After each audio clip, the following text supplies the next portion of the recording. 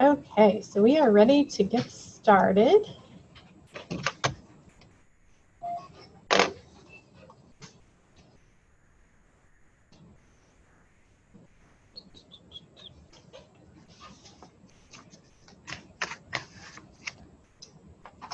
Once this pops up here. Okay, so we are going to cover chapter 20 today, which is on variable costing. And then next week, we will have like a review / work day. So we will review next week for test 2, which thankfully will just be over 2 chapters. So you'll just have 19 and 20 that we'll test over. So we'll do cost, volume, profit analysis, and variable costing. And then Tuesday, October 15th will be your next test when it's due. So you'll have, that week window to get that taken care of. And then in 2 weeks, we'll start in 3 weeks. No, that's right. I'm losing my mind. In 2 weeks, we will start our new chapter. We'll go into chapter 21, budgeting. So we're pretty close to the halfway mark. I think next week will be the halfway mark. Isn't that crazy? Semester just flies by. So right now we are ready to start chapter 20. Go. So if you're on the Canvas homepage, you can click and open up that chapter 20 practice. Chapter 20 practice.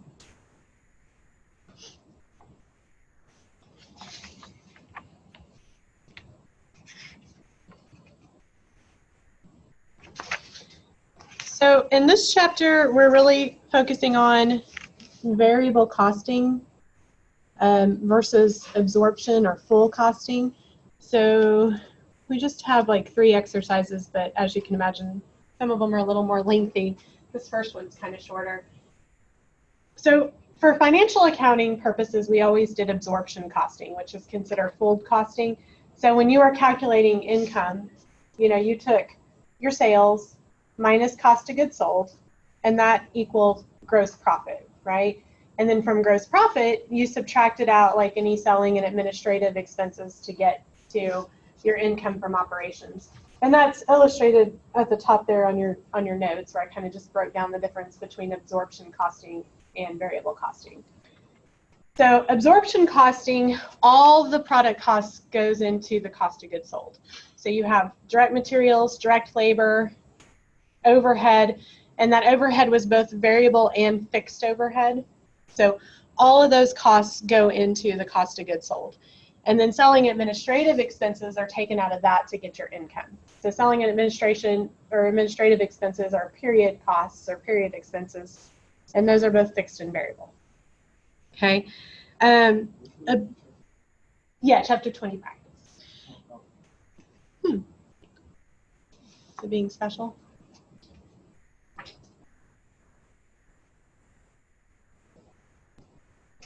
Oh, it might be at the very bottom. And going through, Kian, are you enrolled? Are you logged into this? Try going through this. That's the easiest way to pull it up. And click on, yeah, and go to home.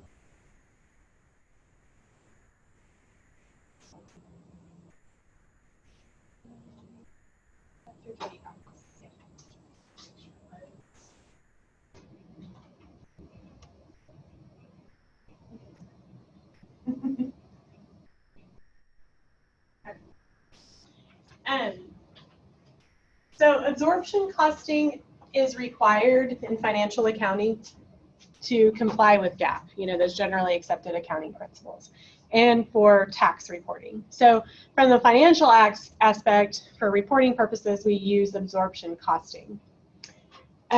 However, the problem is, and I kind of have that listed in here, we include, if you notice, it says it can result in higher income just by producing more units, because we're including fixed overhead. Fixed overhead is not a period expense. So we know, like rent, we have to pay that this month, right? Regardless of how many units we produce. Well, under variable costing, which we'll look at, fixed costs are just subtracted out at the end. So all of the fixed costs are taken out in the period. Well, under absorption costing, we're taking all the fixed overhead and dividing it by the units produced. So only the fixed overhead that's actually associated with the units sold is getting costed out. So we're not actually dealing with all the overhead. So hopefully it'll make sense as we go through it. But basically, when you use variable costing, all of your fixed costs for the month are taken out that month. With absorption costing, you can have overhead costs that get pushed off to next month.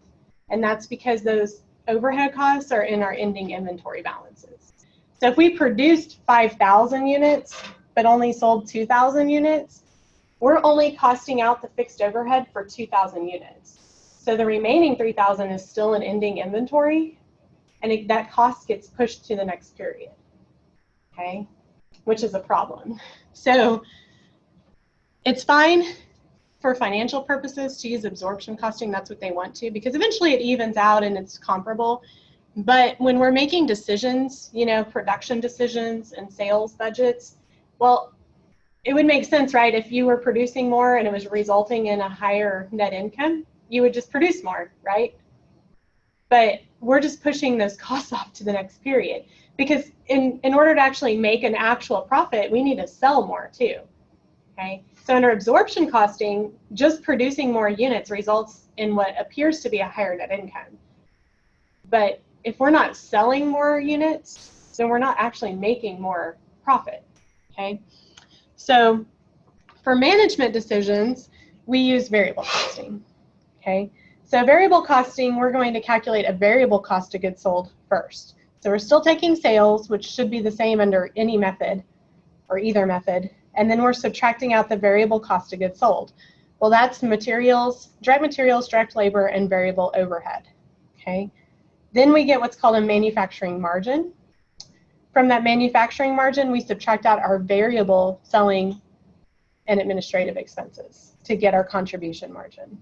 So remember from last chapter, we took sales minus variable costs to get a contribution margin, right? To do our cost volume profit analysis. So we're still doing that. We're just also doing what we call a manufacturing margin, because the manufacturing margin is just the product costs, the variable product costs.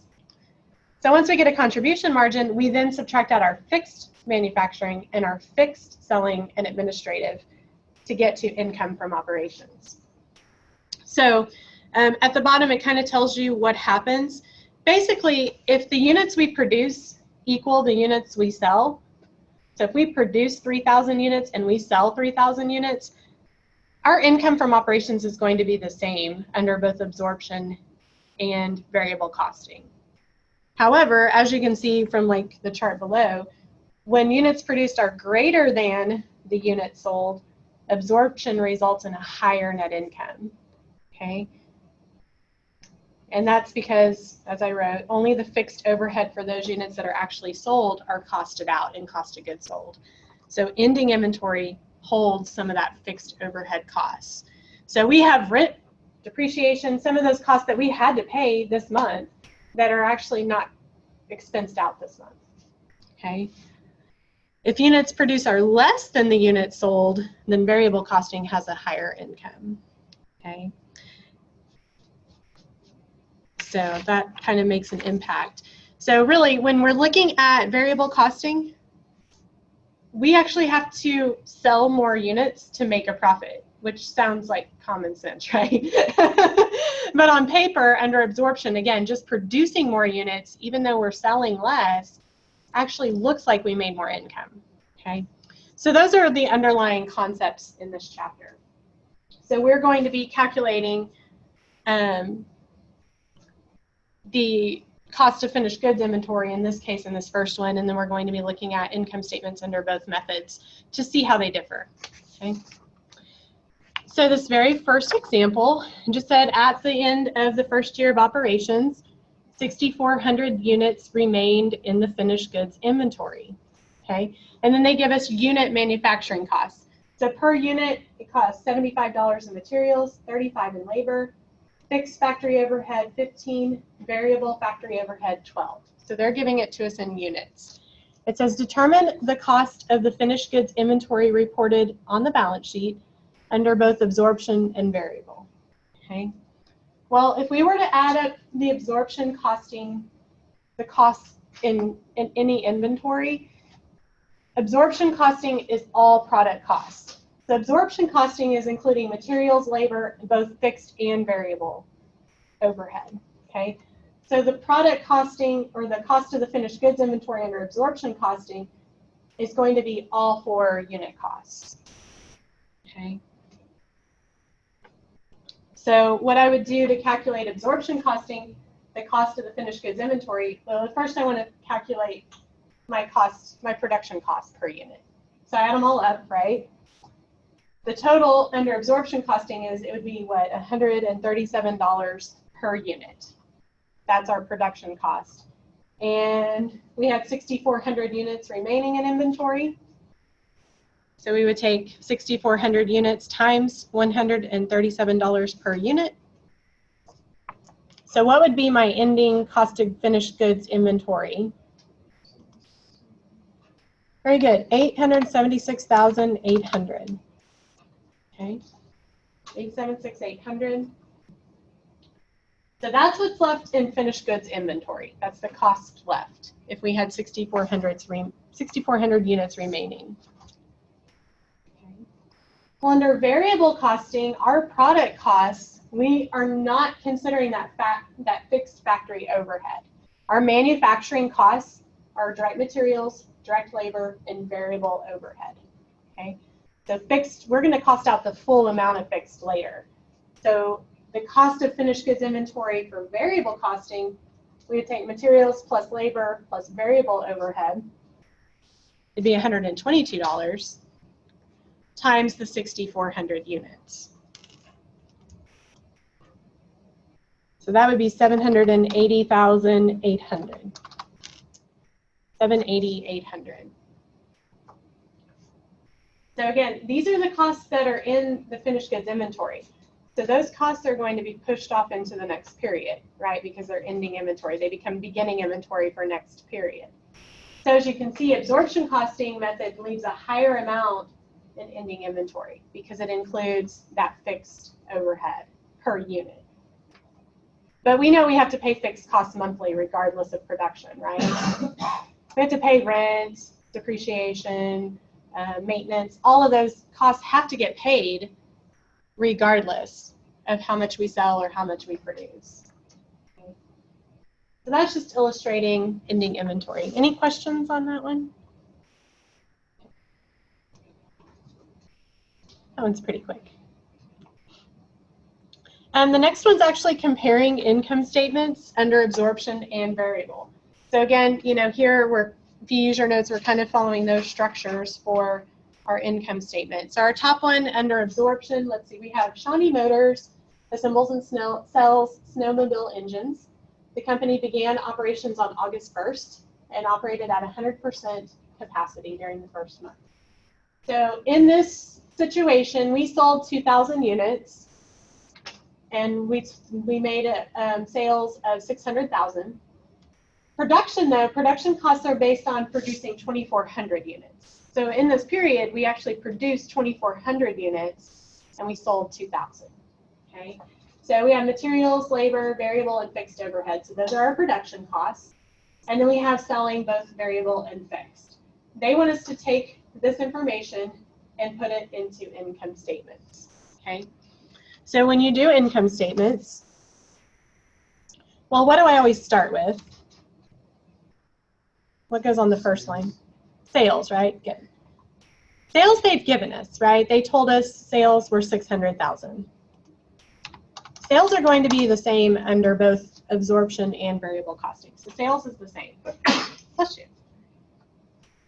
Well, when we do, bless you, the cost of goods sold, notice, whoops, I'm getting too big there. They've given us production costs. So these costs are all based on producing 2,400 units. But did we sell 2,400 units? Well, what it is you're going to still go off of the number that you sold for the cost of goods sold. Because we're calculating cost of goods sold. So we're only, those 400 that we didn't sell are going to be an ending inventory. Okay. Yes, exactly. We need to get a unit cost, right? So the best way to do that is, in this case, absorption costing, we know the cost of goods sold is all four costs, right? It's materials, labor, variable, and fixed overhead. So luckily we don't have to calculate unit costs for everything. We can just take the full cost of 480,000, divide it by 2,400 units. So we took 480,000 total production costs divided by $2,400 or 2,400 units. So that's what, $200 a unit? Okay.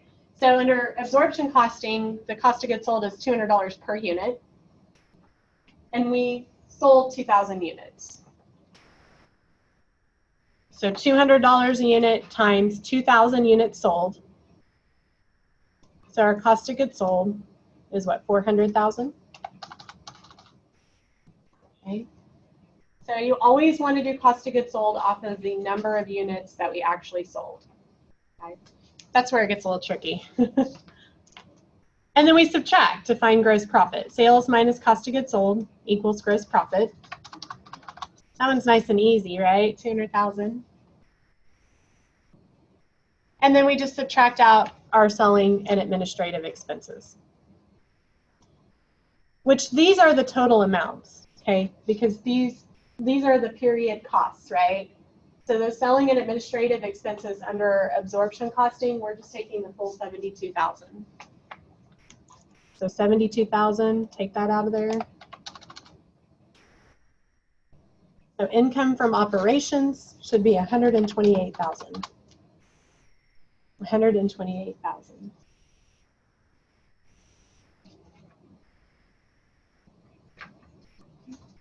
Any questions on that one? Okay. The next one we're doing variable costing. So again, we start with sales. And sales is still 600,000. That doesn't change. But now instead of subtracting out our total cost of goods sold, we only want the variable cost of goods sold. Okay. Yes, and also your variable factory overhead. So your variable cost of goods sold is materials, labor, and variable factory overhead. Okay. So I would add up direct materials plus direct labor plus variable factory overhead. Yeah, you're going to do the same thing. Add them up, divide by 2,400 units, and then you'd multiply by the 2,000. It's probably the quickest way. You can calculate, unit materials and labor and overhead if you wanted to, but that's a lot of extra math, right? So just add up those three costs, divide by 2,400 units, then multiply by 2,000. So when I added them all up, just materials, labor, and overhead, I got total variable production costs of 458,400. I divided by my 2,400 units, so the variable cost of goods sold per unit is $191. Is that what you guys got? And then you multiply by 2,000. So what's my total variable cost of goods sold?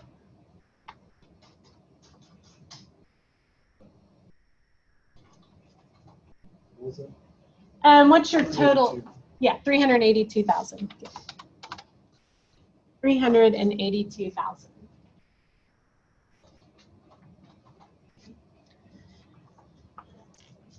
And then that gives us what we call our manufacturing margin when we subtract those two.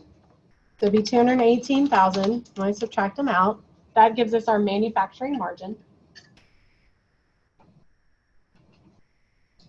The next thing we're going to calculate is our contribution margin, and that's just taking out our variable selling and administrative expenses. So under variable costing makes sense, right? We want to take out all of our variable expenses. So variable selling and administrative was 50,000. So my contribution margin is 218,000 minus 50,000. Very good, 168,000. Okay, so now I have my contribution margin, which I broke it down a little differently than last chapter, but it's really sales minus all of our variable costs equal your contribution margin. Okay. And then we just subtract out our fixed costs, all of our fixed costs. So we would have fixed factory overhead and fixed selling and administrative expenses. Okay. So fixed factory overhead was $21,600. And fixed selling was $22,000. $22,000. So then I add up my total fixed costs. So my total fixed costs are what? $43,600. $43,600. And again, I subtract. So I take my contribution margin of $168,000 minus my total fixed costs of $43,600. And we get income from operations, $124,400.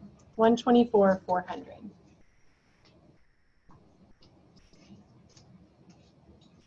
Well, if you compare that to absorption, absorption income was $128,000. Okay. The reason is all due to the fixed factory overhead. When we do variable costing, we take out the full fixed factory overhead. We're accounting for all of our fixed monthly expenses and overhead, or all of our fixed expenses, really. Okay. So that's why it's lower under absorption, under variable. If you scroll up to the absorption costing, when it doesn't clearly show it here, the cost of goods sold, we only calculated fixed overhead for the 2,000 units that we actually sold. So the 400 units that are still in ending inventory have fixed overhead costs associated with them. They weren't costed out. Okay, so those costs were pushed to the next period. So that's why we have a higher income from operations. So it's not really necessarily accurate, right? Because we had to pay all of those overhead, all those fixed overhead costs were paid in this period. So if we really wanted to know our profit, we really should use variable costing because it's subtracting out all of that fixed overhead. Okay. So it says in C, what is the reason for the difference in the amount of income? Well, I kind of already said it, I guess, right? Under the absorption costing method, fixed manufacturing costs included in the cost of goods sold is matched with the revenues. Okay. Under variable costing, all of the fixed cost is deducted in the period in which that variable cost was, or in which those fixed costs were incurred. Okay. So it doesn't matter production levels or sales levels, all of the full fixed overhead is taken out. Okay. So when inventory increases, the absorption costing income statement will have a higher income, just like we saw here. So again, when we produce more than what we sell, income will look higher under absorption.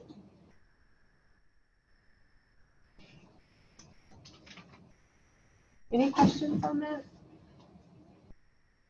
So again, that's all due to the treatment of the fixed overhead. Under absorption costing, not all the fixed overhead is expensed out in the period. That's kind of the end-all answer.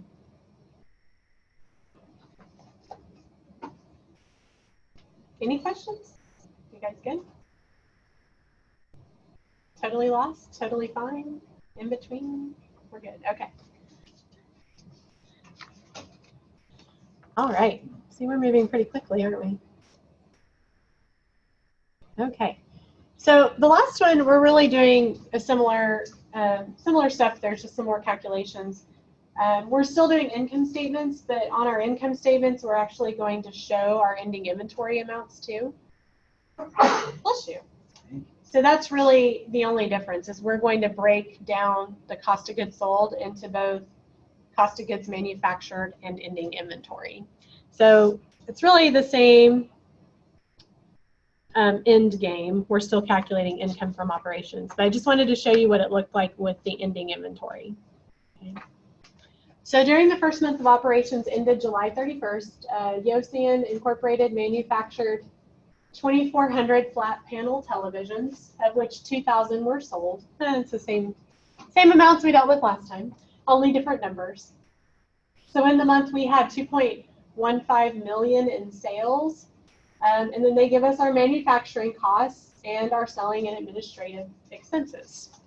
Okay, and again we're preparing an income statement. So under absorption, again, we'll just start with sales, right? Sales are 2,150,000. I'm adding too many zeros. There we go. Okay. And again, the difference here is under cost of goods sold, notice there's more calculations.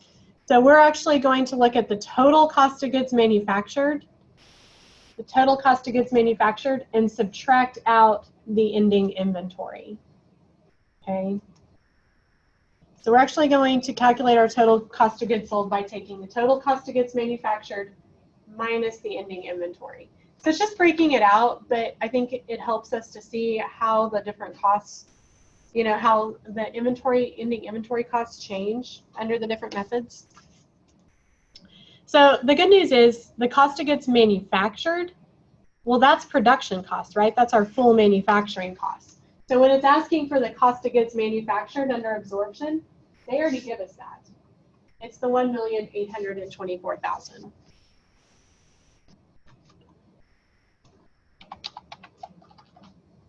Okay, so cost of goods manufactured is just the 1,824,000 that they gave us.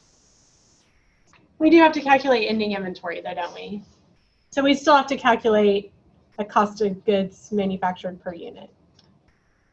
So what do I need to do to figure out my ending inventory costs? Take the total manufacturing cost divided by 2,400 and multiplied by 2,000.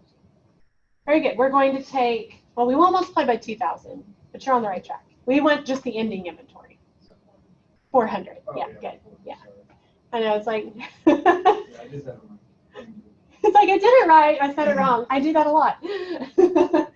So yeah, we take our total manufacturing cost, the 1,824,000. We're going to divide by the total manufactured units at 2,400. And so I came up with, what, $760 cost per unit. And then we have, if we sold 2,000 of the 2,400 produced, so we have 400 left. So we took $760 times the $400 or 400 units left. And how much is an ending inventory? 304,000. Good. Okay. So we had a total cost of goods manufactured for 2,400 units was 1,824,000. But we have 400 that are still remaining in inventory, and that's 304,000.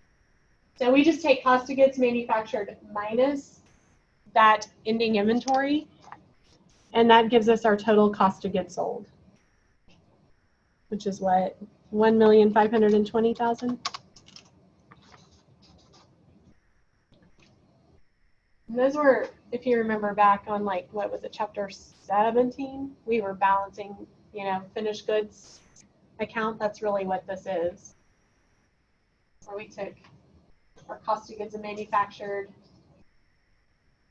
subtracted out our ending inventory. So we get total cost of goods sold, 1,520,000. From there, we take sales minus cost of goods sold to get a gross profit. So our gross profit is 630,000. Oops. 630,000. And then we just subtract out selling and administrative expenses, which they gave us, all total was 300,000. Selling and administrative expenses were 300,000. So gross profit minus selling and administrative expenses, we have income from operations of 330,000.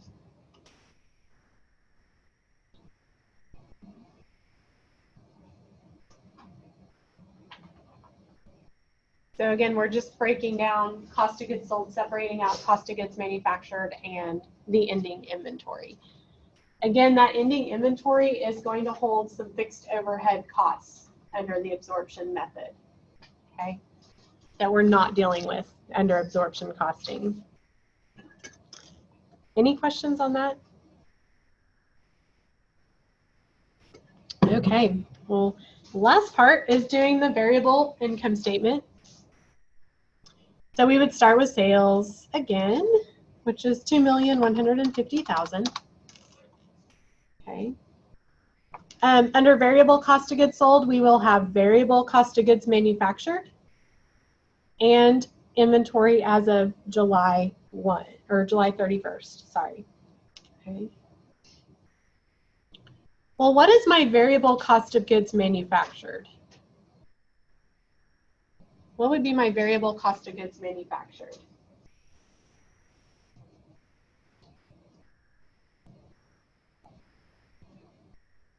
Or how would I calculate that?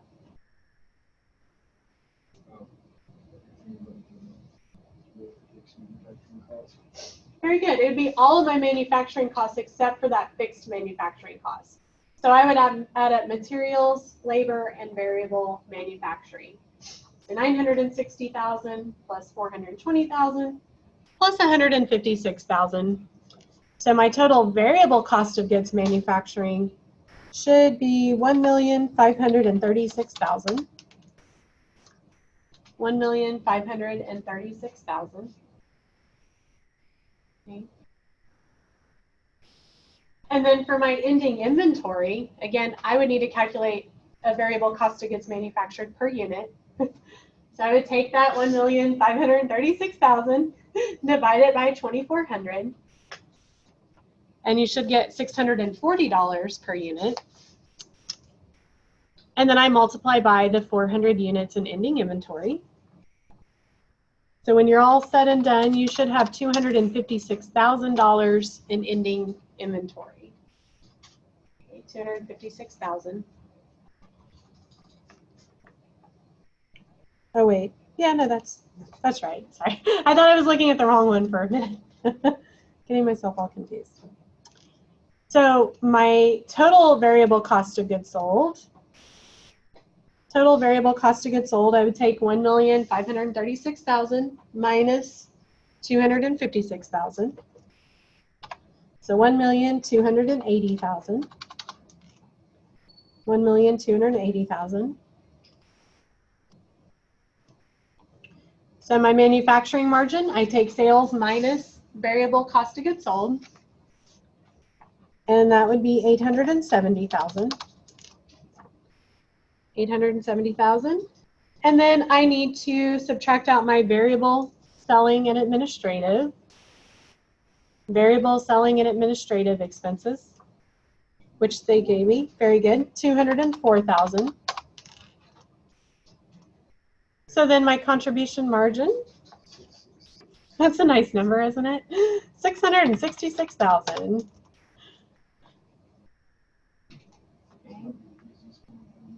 Right? I know, it actually isn't too bad, is it? It's just a lot of calculating, a lot of math.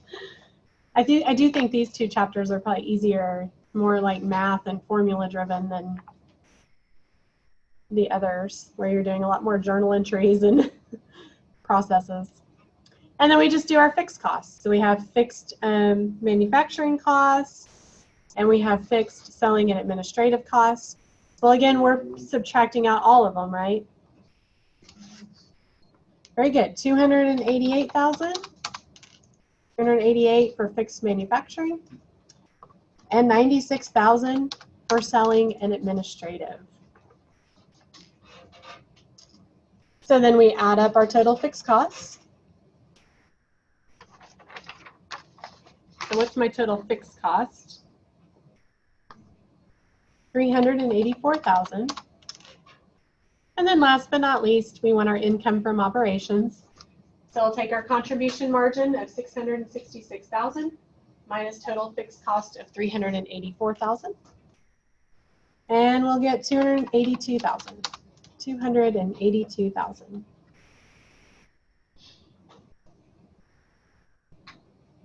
So literally the only number we really have to find is that production cost or whatever.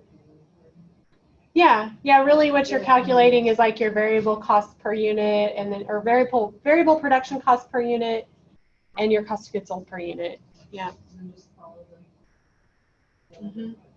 Pretty much. I think the main things to remember is your costs are always based on the units sold. Yeah. So that's why you have to do those calculations. And then other than that, you're pretty golden. But yeah, I mean, then again, you can compare them and see, you know, under absorption costing, your income from operations is higher because your ending inventory cost is higher. So the whole difference is in that ending inventory. If you were to take the difference in your ending inventory, that would be the difference in your income. Just to, you know, just for funsies, I guess. So is that like 60,000? And that's, well, it's a little different than that, isn't it? Yeah, I just lied. No, 44, 48. 48,000. I'm just adding wrong. I don't even know. I can't subtract in my head today, apparently, right? Oh, good times. It is. It's 48,000. Oh, goodness gracious. So yeah, because our inventory costs under absorption are 304,000. It's 256 under variable. That's a difference of 48,000.